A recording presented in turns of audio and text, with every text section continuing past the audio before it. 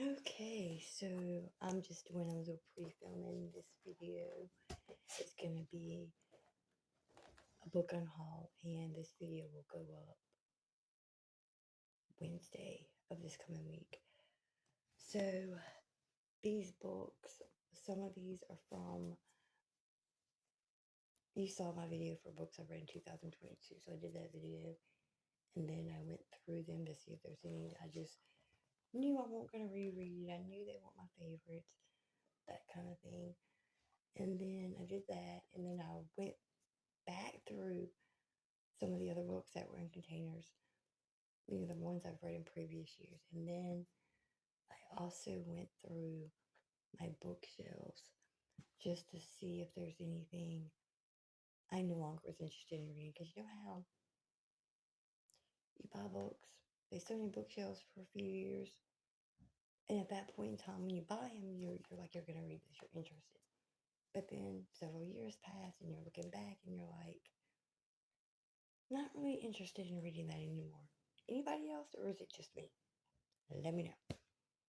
So, this one I remember being a DNF. John Saul, The Right Hand of Evil. The title sounds good.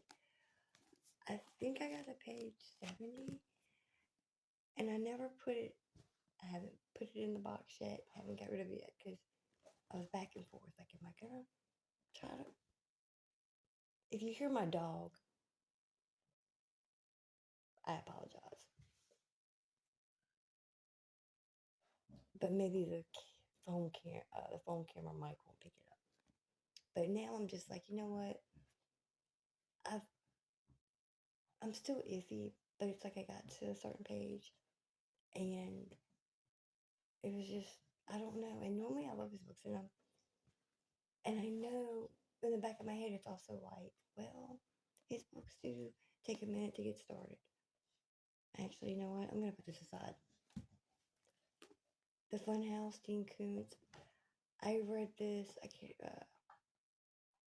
When I read this, some of it seems familiar, so I think I read it prior to that, like years prior to that. But I remember what this was about, and I just don't. So I don't even want to tell you about it because I don't. It would confuse the crap out of you because in my head it plays out. But if I try to explain it, because I'm terrible at explaining books to an extent, um, this is what I would confuse everybody. But that's getting unhauled. And then I remember being interested in these, and now I'm just not. When I read the synopsis of the first one, and I normally do not do that, it sounded interesting, but I'm just no longer into long book series. And maybe 5 books isn't long ish. Well, it's longish, but not too long. I can't. But it's a 5 book series. It's the Frankenstein series. We've got book 1, Prodigal Son. We've got, oh, that's book 3. Okay. We've got book 2, City of Night. Book 3, Dead and Alive. And then we've got book 4, Lost Souls. Is this book 4? I guess it would have to be. And then we've got book 5, The Dead Town. And the final. See that? The titles sound good. Now I'm second guessing myself. But no, it's a 5 book series, and excuse me, I just can't. I got this from 25 cents several months ago at the library. This is Cinderella and the Millionaire by Marianne Lennox. I liked it, and it was good, but I don't know. I just know I'm not gonna reread it. Neil Gaiman, Neverwhere. So I only owned 3 books by him. I've read The Graveyard Book. That was good. But I just don't think, I don't know. It's a dark modern fantasy. Anyway, I'm just going to let it go. The picture here says, under the streets of London lies a world most people could never dream of. Grimm's Fairy Tales. I liked some of these, but and this is by Jacob and William Grove. I'm gonna let this one go. I have one. It's hardcover, really pretty hardcover, and it sits on top of one of my bookshelves. So I'm gonna let this one go. I'm just getting rid of most of my children's books. So we've got Ghost Dog Secrets by Peg Carrot. Carrot. I'm sorry, I butchered her last name.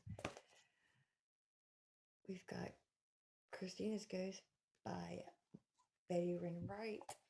The Ghost Grave, Peg.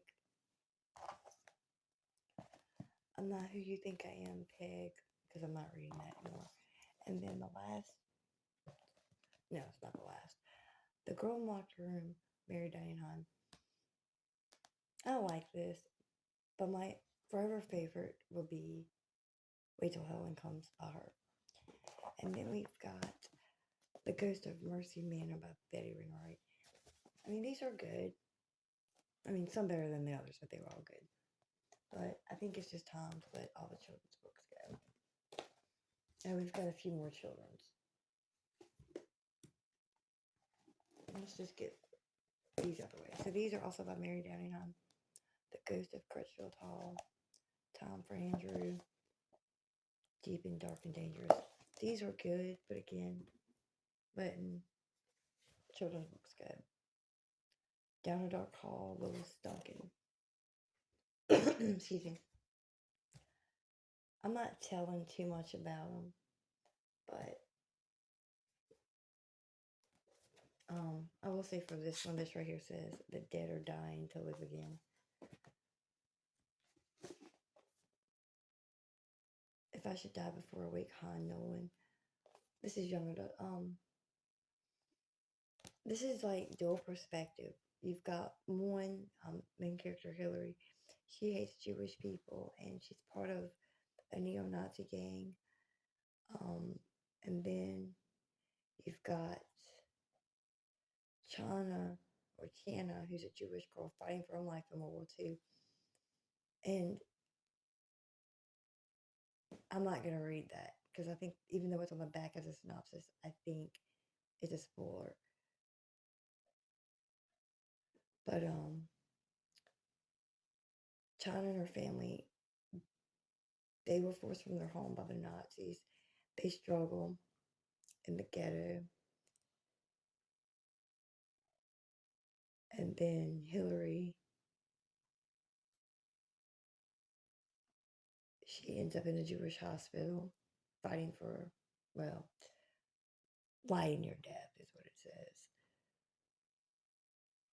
And it's just a whole thing. And these two characters, there's something with it, and I don't want to say what that something is. But there's something. Well, it's on my back, so would it be a spoiler? Hold on.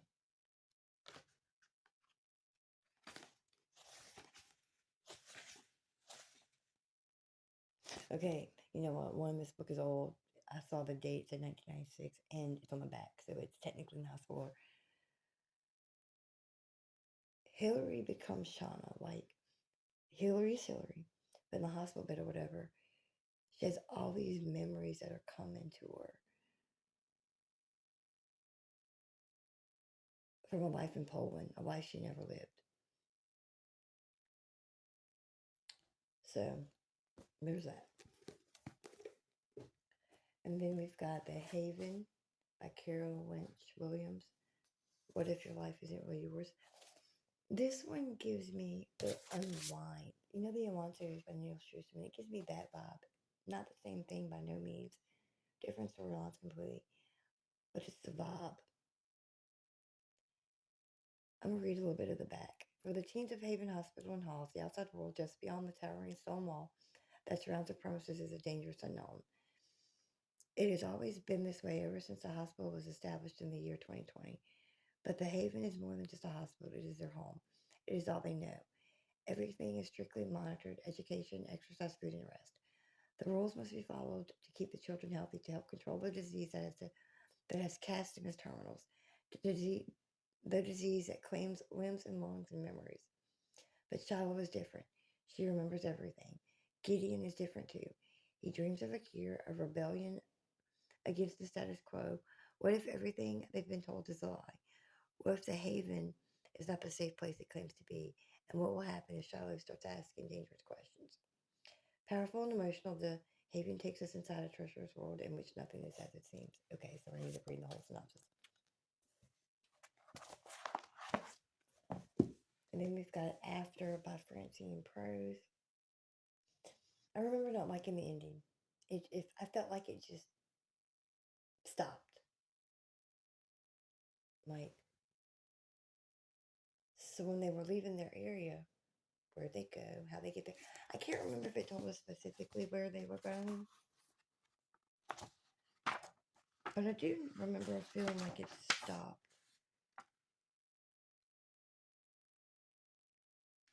Because I'm going to read the last little paragraph. We'd have to see how things turned out. We knew what we had to find. We had to find a place where we could live, where we could still be happy. Somewhere that hadn't been ruined yet. Someplace where there was peace. Somewhere where no one had ever heard about Pleasant Valley or about what happened. Yeah, I'm not going to keep it. I'm going to keep it in the Unhaul pile, but I'm going to put it aside and I'm going to go on Goodreads to see if there's another book that comes after it, because that just, for me, ended. Wonder by R.J. Palacio. I almost DNF'd this, but I pushed through to finish it. I'm glad I read it, but I wouldn't reread it. Erica Waters, The Restless Dark. This was okay. The beat of blood in my veins says I'm alive, alive, alive. I'm alive and he isn't. And now I'm going to find his bones and prove it. So it was okay, but another one just not. Between You and Me, Susan Weeks. It's a pretty cover. Yeah, it's basically, the main character is Amish, and they live in Amish country.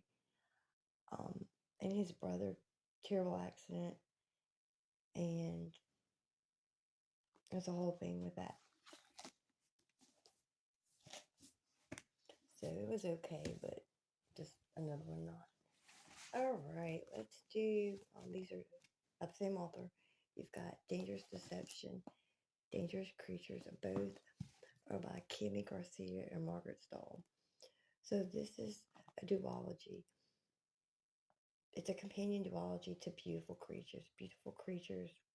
Was that a trilogy? I think it was a trilogy. Anyway, and I know this is an unpopular opinion. I loved Beautiful Creatures.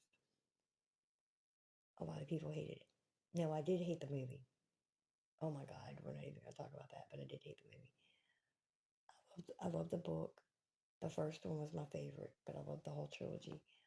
This was good, but it's not my favorite.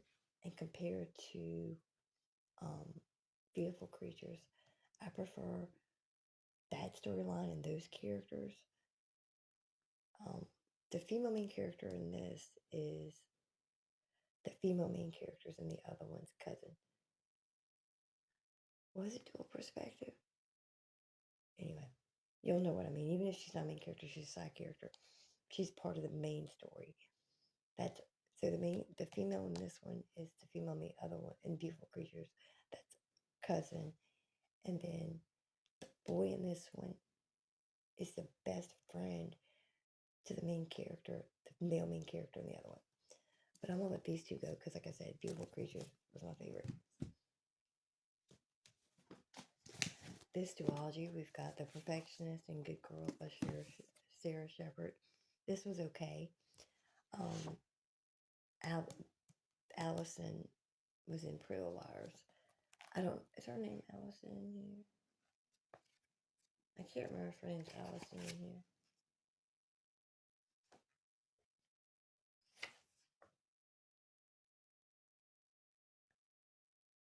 I don't know. But in Pretty Little Liars, there's a character, her name is Allison. And Mona is another one. And I've seen a little bit of this show. And Allison and Mona, I'm pretty sure that's their names in there. But anyway, I love Pretty Little Liars. This was good, but it's not my favorite. And this was gifted to me by one of my daughters. This is the TV cover for the first book for The Perfectionist. Yeah, it's Allison. Allison and Mona. New Lies, New Liars. I mean, it was good, but I prefer Pretty Little Liars. Last night I sang To the Monster by Benjamin. I'm not going to butcher his name.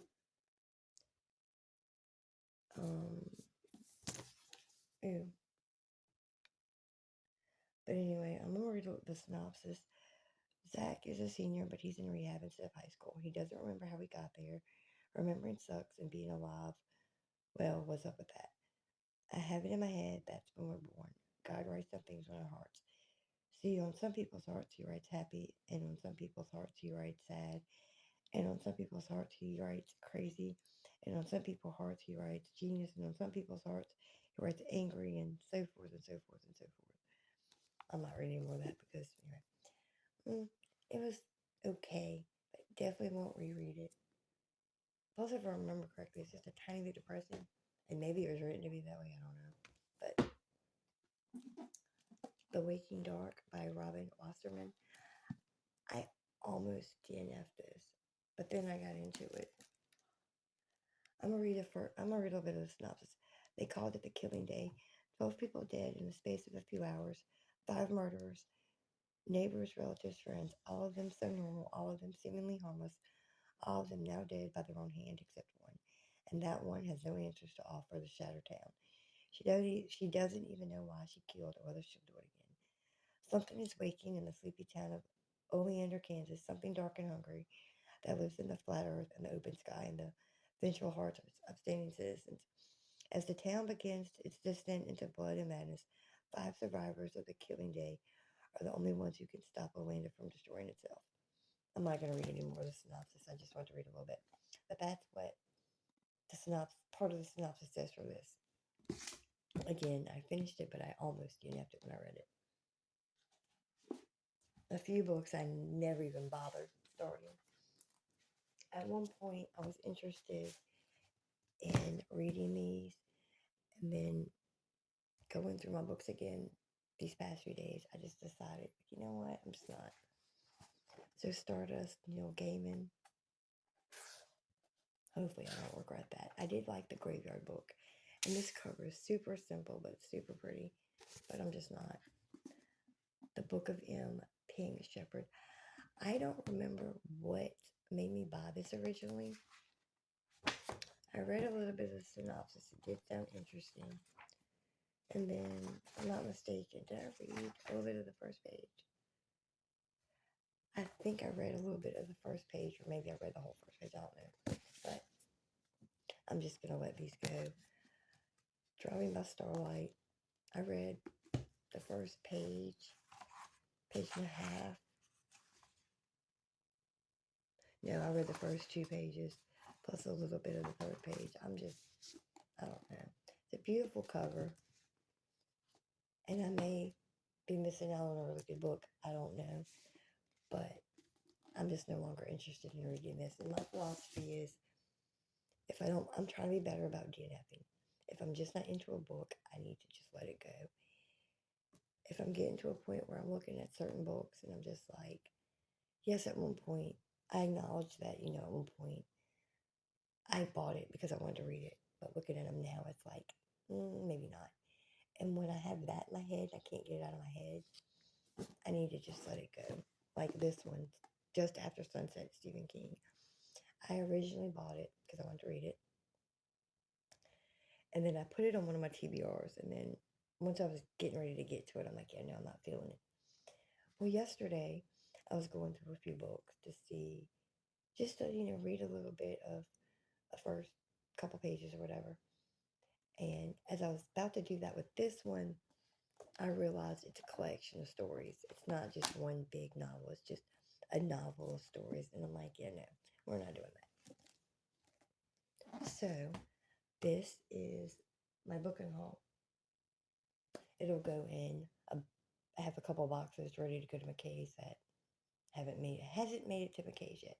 Even though I went to McKay's last Sunday or the Sunday before. Anyway, it was some point recently. But these will make its way to those boxes, and I'm going to get these at some point this month to my case. So if you made it this far, let me know if you've read any of these. I'm not even going to say with no spoilers, because for me it doesn't matter, because I'm not going to read them, or I have read them already. But I'd say no spoilers, because if other people happen to come across the video and see the comments, don't want to spoil it for them. Even though most of these are older. But if you like any of these, let me know. No spoilers. And also, what are you currently reading right now? Have a great day.